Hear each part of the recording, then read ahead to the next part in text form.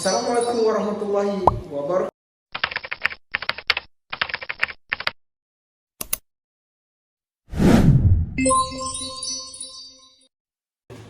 Assalamualaikum warahmatullahi wabarakatuh. Saya Muhammad Izzat Iskandar bin Baharudin, nombor metrik 18 DPM 20F1015. Hari ini saya sebagai host anda, kita berada di dalam rancangan talk show. Tanpa kita melengahkan masa lagi, kita akan mempersilakan panel-panel kita. Dipersilakan. Pantang cakap kamu amai-amai belalang kupu-kupu. Bayar duit aku yang semua kau sapu.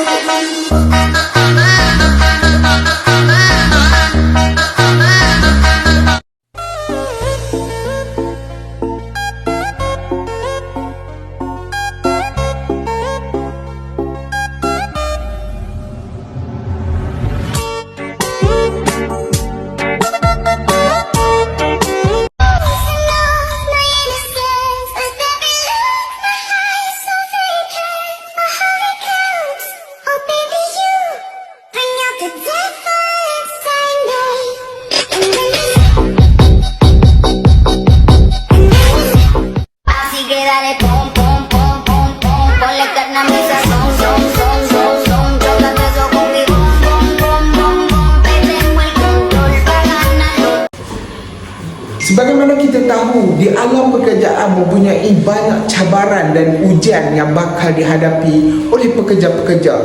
Jadi, di dalam program ini kita dapat merungkaikan masalah-masalah yang boleh pekerja-pekerja praktikkan untuk menambah baikkan diri di alam pekerjaan.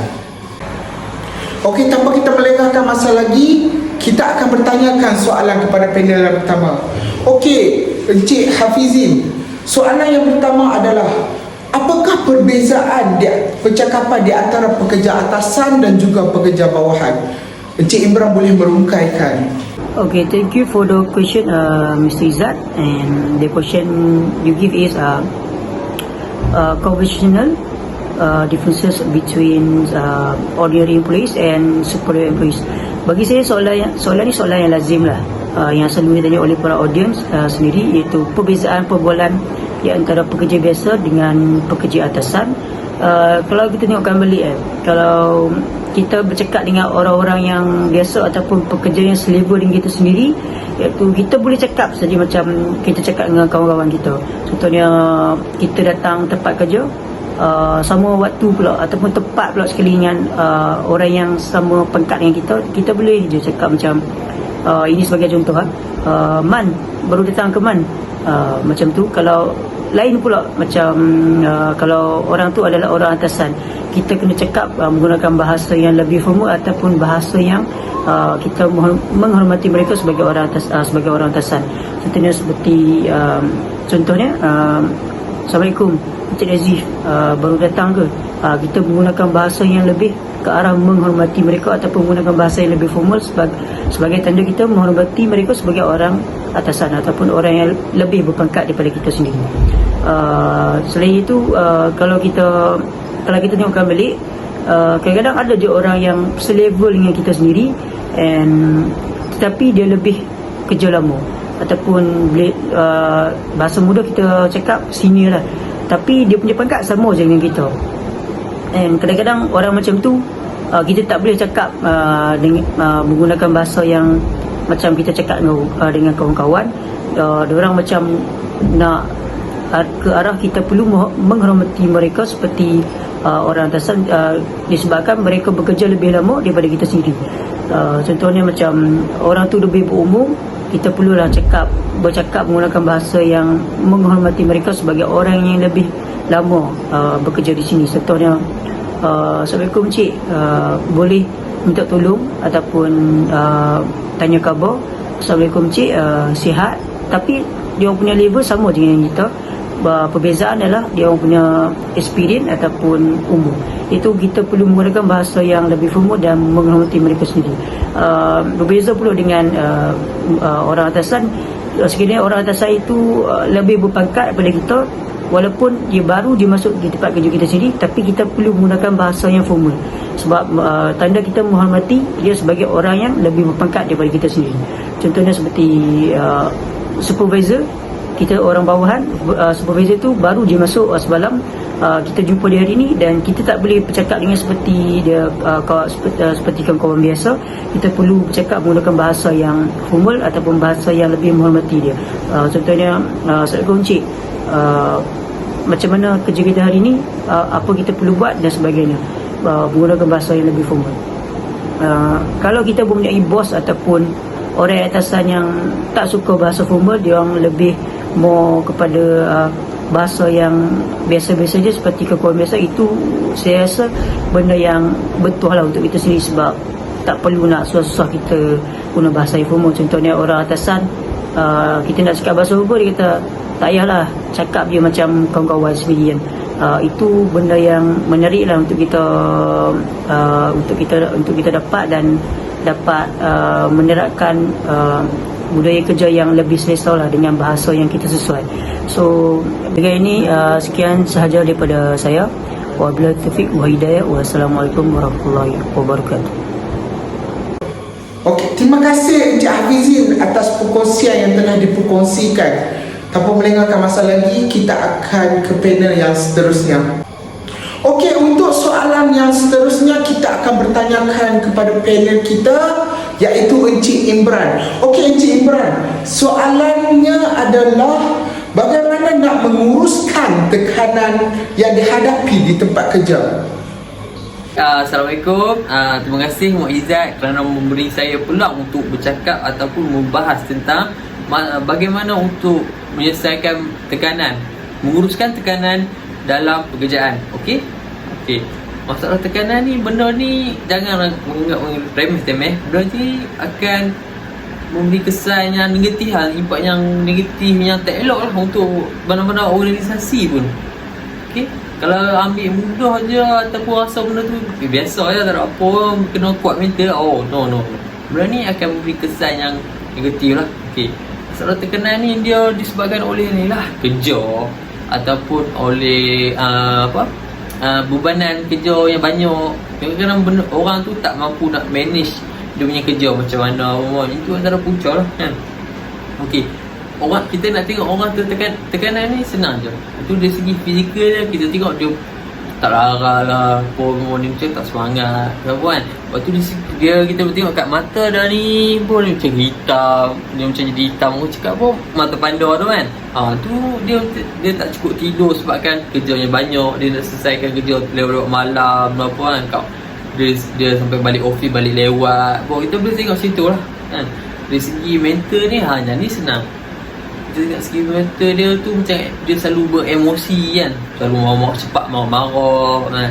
Lepas tu dia selalu moody, selalu murung, sengak macam tu kan. Marah tu senang lah, tutup pintu kuat pang. Kita tengok selalunya bos-bos kan salah tekanan. Lepas tu macam dengan pekerja pula, selalunya letak barang kat meja kuat, letak barang kuat apa, buku ke apa ke, file ke apa, letak kuat-kuat apa. Kita boleh nampak lah segi dia punya ni, dari segi mental dia, emosi dia macam mana. Itu dia tak ni lah, emosi yang tak elok lah. Okey, dia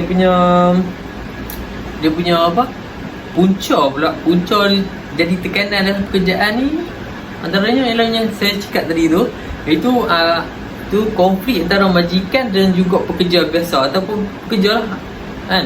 Majikan ni bagi tugasan yang banyak ataupun pihak atasan ni bagi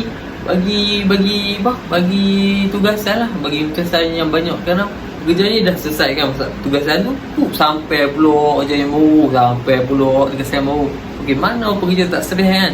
So mesti akan stres juga. Dia ingatkan benda tu dah selesai, punya dah ada lagi kerja ni tu, sampaikan dia buat kerja sampai lewat malam tak terkawal lah. Macam masa dia tu tak okey lah sebabkan dia tu satu tekanan lah, tak cukup tidur dan sebagainya kan. Okey, seterusnya pula disebabkan oleh konflik antara pekerja dan juga pekerja. Okey, yang pertama saya nak cakap tentang apa, bila pekerja baru saja masuk, dan juga ada mesti bila pekerja baru masuk ni mesti ada juga orang yang pekerja yang lebih lama lagi ataupun dia punya jawatan atau pangkat dia lebih tinggi kan. Bila kita tahu lah, bila orang jawatan atau pangkat lebih tinggi ni dia rasa diri dia tu lagi hebat, lagi apa, lagi power lah, dia punya kuasa lah apa semua, dia rasa macam tu, dia tu dia ni, aku ni orang lama, dia rasa macam tu, dia tu orang lama lah apa kan. So akan wujudlah masalah bully kepada orang si yang baru masuk tu. Itu junior lah, ada saja masalah bully. Bully dia bully dari segi fizikal kan, dia ubuk kekerasan, dia tumbuk ke apa ke kan. Lepas tu dari segi mental pula dia macam kan, dia kata lah apa yang membuatkan dia tu, orang pekerja baru tu jatuh lah apa, down lah, kata down lah, kata moody pun macam sedih dia pun terasa kan. Tu dari segi mental kan. Okey, itu yang seterusnya itu konflik antara pekerja biasa dan juga pekerja biasa. Yang ni banyak. Dia tu sama taraf je pekerja ni. Pekerja ni sama taraf, tapi tengoklah dia punya rasa dia tu paling baik, paling ni, sampaikan dia tu gosip lah kat sana, gosip sini. Biasalah dalam kerjaan ni mesti ada juga persekitaran yang toksik lah. Orang cakap kan, yang toksik ni memang tak dapat dielak. Memang rasanya semua tempat mesti ada punya persekitaran toksik ni, memang tak susah nak elok daripada ada dalam organisasi lah persekitaran toksik ni. Okey, dia toksik punya cakap tadi lah, dia gosip sana kan, gosip sini, dia tuduh ni yang menyebabkan nak menjatuhkan orang tu, orang yang baru kerja atau yang nak menjatuhkan pekerja kan. Benda macam ni tak boleh lah, memang patut dielakkan lah. Dia akan memberikan kesan negatif kan pekerja bila dia kena macam tu kan. Kita rasa biasalah cakap gosip-gosip ke semua kan. Benda itu jangan pernah rendah ha.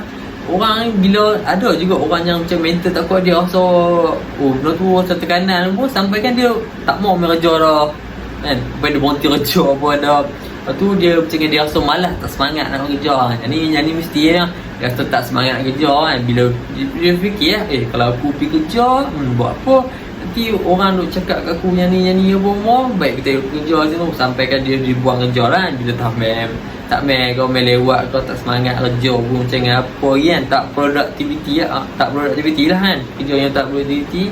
So macam nak akan buang lah macam tu kan. So dia memberi kesan yang negatif kan. Okey, seterusnya pula tip dia ataupun kita berkata apa, saya akan bagikan tentang macam mana nak handle benda tu. Okey, yang pertama senang je, iaitu kita cari jalan penyelesaian. Okey, kerana jalan penyelesaian ni tak dapat diselesaikan, sekurang-kurangnya kita macam kan, kita kurangkan masalah tu kan. Masalah tu tak dapat diselesaikan, tak apa, kita kurangkan masalah tu. Contohnya macam kan, kita nak kerja macam kerja baru tak tahu benda tu, kita tanya bos ke, tanya minta tunjuk ajar ke kan, kepada senior ke apa semua. Kita jangan malu-malu, jangan segan. Kita apa, malu tanya sesat jalan kan. Okey, kita jangan segan. Kita tanya macam mana tip semua macam tu kan. Kita cari jalan penyelesaian kau. Ataupun benda tu tak tahu, kita research. Ada Google apa kan, teknologi dah canggih dah. Senang je, ujung jari je semua ni. Okey, seterusnya kita kena pandai manage masa kan. Kita buat jadual. Okey, waktu ni bekerja. Okey, waktu rehat tu kita guna supaya mungkin kita rehat, kita makan. Jangan waktu rehat kita teruskan kerja kan. Bila kita teruskan kerja, waktu rehat habis. Bila waktu rehat habis tu, baru kita kalu nak makan. Yang tu tak boleh lah.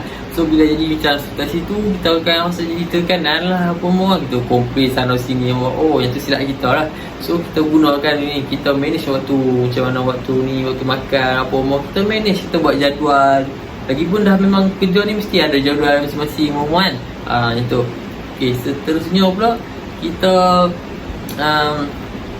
mengisi masa lapang waktu habis bekerja kan, waktu petang tu kita pergi lah beriadah ke kan, kita pergi bersukan. Contohnya macam kita berjogging, kayu basikal pun boleh. Waktu macam lelaki-lelaki ni mesti banyak yang suka memancing kan. Untuk mancing ni bagus sebenarnya untuk tingkatkan lagi kesebaran lah apa dan sebagainya kan. Banyak lagi aktiviti yang boleh buat. Lepas tu rada waktu petang pun jogging kat tasik dan sebagainya kan. Banyak lagi. Okey, seterusnya apa, kita kena ni lah, kita ada masa waktu bercuti apa, kita ajak family kan, kita bercuti kat Langkawi ke, Cameron Highland pun boleh, mana-mana banyak lagi tempat lah kan, yang boleh nak releasekan tekanan kita. Kita nak heal balik kita punya ni emosi kan, nak kurangkan ataupun nak menyelesaikan masalah kan, macam tu lah. Okay, itu tip yang ketiga. Dan yang keempat itu kita buat tugasan tu dalam kumpulan. Bila kita buat seorang-seorang dengan kumpulan ni berbeza. Sebab apa? Bila kita seorang-seorang, kita akan fikir bagaimana nak selesaikan masalah tu seorang diri je kan. Bila kita dalam kumpulan ni, kita senang je. Kita dalam kumpulan, bila kita tak tahu sesuatu benda tu, rakan kumpulan kita ni akan guide kita, akan bantu kita bagi idea ke kan, macam tu dan sebagainya. So dia jadi lagi mudah lah selesaikan masalah. Kalau ada masalah pun masalah tu dapat diselesaikan bersama lah, bukan seorang diri. Okay, dalam kumpulan ni bagus lah. Okay, yang terakhir kali, kesimpulan yang saya dapat bagi iaitu stres macam mana pun, tekanan macam mana pun, jangan terlibat dengan dada. Dan benda macam tu kadang-kadang ada orang cakap, oh ambil dada ni dia dapat tenangkan fikiran, dapat hilangkan rasa tekanan lah. No, jangan sekali terlibat. Bukan apa, dia akan memudaratkan diri lagi lah, bukan dapat menyelesaikan masalah yang tu. Okay, dia tekanan ni kita jangan ambil mudah lah. Okay, satu lagi untuk tips bagi bos-bos pula. Bos-bos pun ada juga tips yang untuk bos-bos lah. Bos tak boleh lari tip ni. Okay, tip dia untuk bagi pekerja kan, pekerja ni tak kurangkan stres kan. Bos ni kena ambil tahu juga tentang punca ni, ataupun dia kena lebih kenal lagi pekerja tu macam mana kan. Macam pekerja ni ada masalah apa pun dia kena ambil tahu. Jangan sekali ambil mudah tentang ni. Kalau ambil mudah macam dia lepas tangan ke. No, jangan lepas tangan. Bila lepas tangan ni, pekerja ni dia tak ada halau tuju, dia tak ada ni apa semua. So macam pekerja tu tak tahu nak buat kerja tu macam mana. Majikan ni dia boleh bagi latihan, ataupun orang panggil latihan industri kat pekerja tu macam mana apa-apa. Bagilah bagi latihan tu. So akan guidekan, akan meningkatkan lagi produktiviti pekerja tu. Bila pekerja ni dia tahu nak buat apa, dia pun semangat lah nak kerja kan. Okay, kalau nak berikan dengan pekerja macam dia tak tahu nak buat apa, dia tak reti apa, tak pandai apa kan. Macam tu lah. Okay, seterusnya pula, majikan ni dia macam dia kena ada juga masa macam bawa pekerja untuk pergi bercuti kan. Bila bercuti tu, majikan ni dia buatlah event yang berkaitan dengan kumpulan apa kan, yang boleh mengeratkan lagi hubungan antara pekerja dan juga majikan kan. Bila hubungan yang tererat je, dia bila tererat, pekerja ni dia tak malu-malu. Dia biasalah bila tererat ni, hubungan pun yang makin baik dengan pekerja pun, kalau ada sisi faham pun dapat diselesaikan bila baik-baik pun kan. Lepas tu bila orang baik dengan majikan ni baik dengan pekerja pun, pekerja ni akan rasa senang dengan bos ni. Dia tak ada rasa segan nak tanya orang, nak kongsikan masalah ke apa-apa ke, nak bagi pendapat kat bos tu. Dia akan mudah lah kan. Akan jadi macam akan rapat dengan bos apa. So dia bukan saja memberikan kesan yang positif, dia akan meningkatkan lagi produktiviti company tu sendiri ataupun organisasi tu, dia akan meningkat. Dan juga produktiviti pekerja pun akan meningkat kan. Okay, kita faham bila tekanan ni dapat dikurangkan kan, tekanan pekerja dapat dikurangkan, dia bagus lah. Kadang-kadang macam orang tekanan ni bahaya lah. Kadang-kadang dia tak lepaskan tekanan tu kat kerja, dia lepaskan tekanan tu kat family, kat anak-anak. So benda macam tu sangatlah bahaya. So bagi kita untuk majikan ke pekerja ke, kita cubalah kan selera upaya untuk untuk tidak jadi orang yang tekanan lah, ataupun tertekan waktu pergi dalam pekerjaan lah apa semua. Okay, itu saja tips saya. Terima kasih. Hebat Encik Imran atas perkongsian yang diperkongsikan sebentar tadi. Okey, ini adalah soalan terakhir yang kita akan berikan kepada panel yang terakhir. Okey, soalan yang terakhir, kita telah di hujung rancangan. Kita akan bertanyakan kepada panel Encik Syahmi. Soalan yang ingin ditujukan adalah kod etika pemakaian seseorang pekerja adakah perlu dipandang serius pada zaman kini? Okay, there is a good question from Mr. Izzat about an employee's dress code should be taken seriously. For me, bagi pendapat saya, untuk seluruh majikan di seluruh dunia ni perlu menekankan etika pemakaian ini kepada pekerja mereka untuk pekerja mereka kelihatan berprofesional dalam melakukan pekerjaan itu. Kerana kita boleh lihat etika pakaian dalam peguam ketika mahkamah. Pakaian mereka sangat kemas seperti kemeja putih berlengan panjang dan bertali leher warna hitam serta berseluar selit hitam dan berkasut kulit hitam, serta mereka memakaikan blazer ataupun coat ketika dalam mahkamah. So, bagi saya itu kelihatan sangat berprofesional.